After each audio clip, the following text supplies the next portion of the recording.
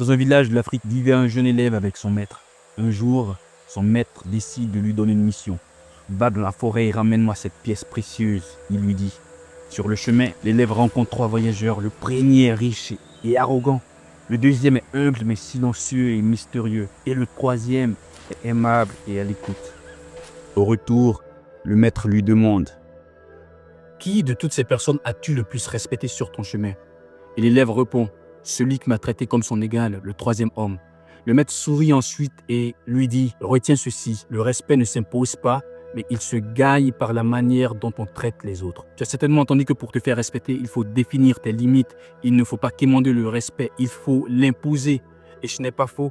Mais dans cette vidéo, je vais partager avec toi comment ces grands leaders se font respecter sans marcher sur les autres et en gardant leur authenticité. Alors si tu veux savoir cela, reste avec moi jusqu'à la fin. La première question que je veux poser, c'est: que représente le respect pour toi? Beaucoup de personnes pensent qu'il s'agit de statut ou d'autorité, mais le respect, c'est bien plus que cela. Le respect, c'est la reconnaissance de la valeur d'une personne, peu importe ses origines ou sa position.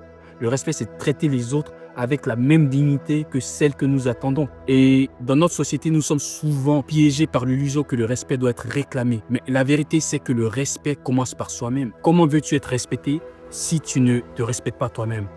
Regardons un peu autour de nous. Nous connaissons tous quelqu'un qui impose le respect, soit par la peur ou par le pouvoir. Pourtant, ce respect est fragile parce qu'il est basé sur des éléments extérieurs, des éléments tels que la peur ou le pouvoir. Et le problème, c'est que quand ces éléments disparaissent, quand la peur disparaît et le pouvoir disparaît, les gens qui te respectent arrêtent de te respecter aussi. Par contre, pense à quelqu'un qui se fait respecter grâce à son intégrité ou sa bienveillance. Ou pense à quelqu'un que tu respectes à cause de son intégrité, à cause de sa bienveillance, à cause de sa sagesse.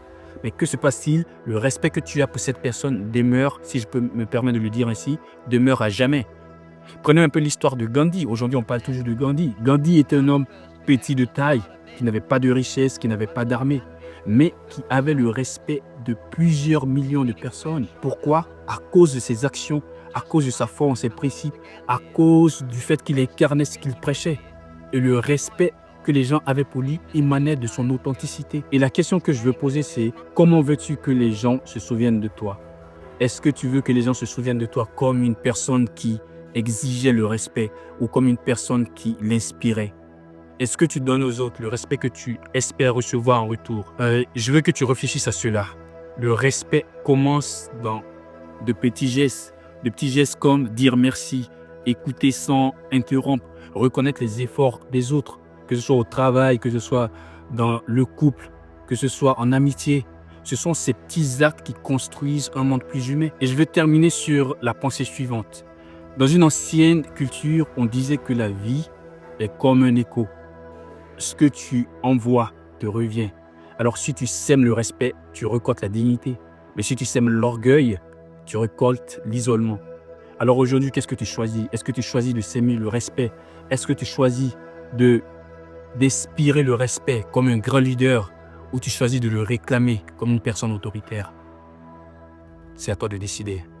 Alors si tu as aimé cette vidéo, merci de laisser un like et de t'abonner pour ne pas rater les prochaines vidéos que je vais publier. Merci.